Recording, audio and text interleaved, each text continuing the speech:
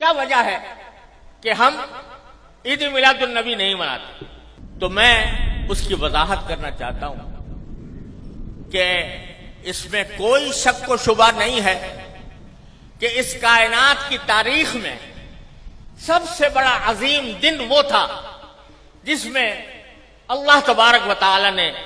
اس کائنات کی ہدایت کے لیے جناب محمد رسول اللہ صلی اللہ علیہ وسلم کو مبعوث فرمایا ہے۔ اس سے زیادہ عظیم دن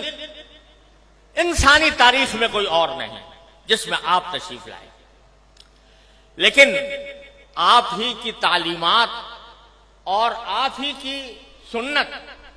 اور آپ کے جانثار صحابہ کرام کی سنت یہ ہے کہ انہوں نے کبھی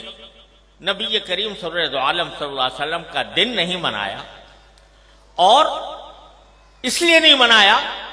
کہ اللہ تبارک و تعالی نے رسول کریم صلی اللہ علیہ وسلم کو اس لیے مبعوث فرمایا تھا تاکہ آپ کی ہدایت کی روشنی سے یہ کائنات منور ہو اور لوگ آپ کی تعلیمات کی اتباع اور پیروی کریں۔ آپ کی ذات والا صفات وہ ہر قسم کی رسمی کارروائیوں سے کہیں بالا تر ہے، اور حضرات صحابہ کرام جو آپ کی زندگی کے ایک سانس کے بدلے اپنی ساری زندگیاں نچھاور کر سکتے تھے، انہوں نے کبھی یہ دن نہیں منایا۔ جب انہوں نے جو کوئی چیز نہ منائی ہو اور انہوں نے اس سے اعتراض کیا ہو اور اس کے بجائے ساری زندگی اتباع سنت کی کوشش کی ہو، اس کو اگر ہم منانا شروع کریں تو دین کے اندر ایک اضافہ ہوگا، دین کے احکام میں ایک اضافہ ہوگا، اور دین کے کام میں کوئی اضافہ وہ بدعت کہلاتا ہے۔ من احدث فی امرنا ھذا فہو رد، تو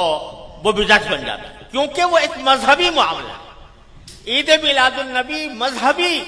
تقریب کے طور پر منائی جاتی ہے، مذہبی عید کے طور پر، عید کا نام اس کا رکھا گیا ہے، اور وہ مذہبی تقریب ہے۔ اور مذہبی تقریب اگر کوئی شخص مذہب کا حصہ سمجھ کر وہ